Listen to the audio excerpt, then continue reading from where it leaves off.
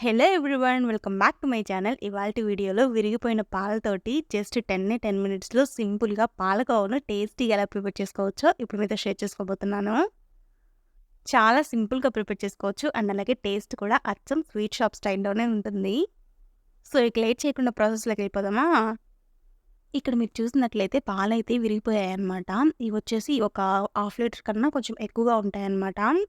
మా అమ్మ ఈ పాలు కాగబెడుతుంటే విరిగిపోయాయన్నమాట. అయ్యో! పాలు విరిగిపోయాయి అని చెప్పేసి ఫీల్ అయిందనమాట. అయ్యో! పర్లేదులెమ్మా, నేనైతే ఈ పాలతోటి పాలకోవా చేస్తాను అని చెప్పాను. సరే ట్రై చెయ్యి అని చెప్పింది. ఇప్పుడు ఇలా విరిగిపోయినటువంటి పాలల్లో కొంచెం వెనిగర్ అయినా లేకపోతే నిమ్మరసాన్నైనా పిండుకోవాలనమాట. సో చూసారు కదా, పాలన్నీ విరిగిపోయి వాటర్ నుండి సెపరేట్ అయిపోయాయి కదా! ఇప్పుడు ఈ వాటర్‌ని స్ట్రెయిన్ చేసుకోవాలి. ఇప్పుడు ఇంకొంచెం కూల్ వాటర్‌ని యాడ్ చేసుకొని మళ్ళీ స్ట్రెయిన్ చేసుకోవాలి.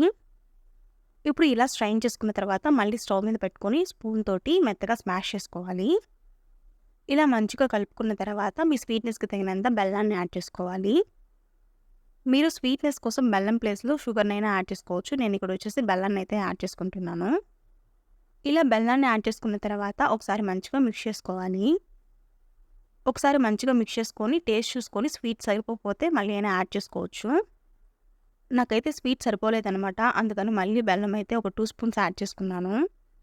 సో చూసారు కదా, ఈ స్టేజ్‌లో స్టవ్ ఆఫ్ చేసేసుకోవాలి. మరీ ఎక్కువ డ్రై అయిపోతే ఈ పాలకోవా అనేది హార్డ్‌గా తయారవుతుందనమాట. మీరు కావాలనుకుంటే ఈ స్టేజ్‌లో కొంచెం నెయ్యి అండ్ అలాగే ఇలాచీ పౌడర్‌ని కూడా యాడ్ చేసుకోవచ్చు. అంతే, ఎంతో సింపుల్‌గా చాలా ఈజీగా విరిగిపోయిన పాలతో అయితే పాలకోవాని అయితే చేసేసుకోవచ్చు.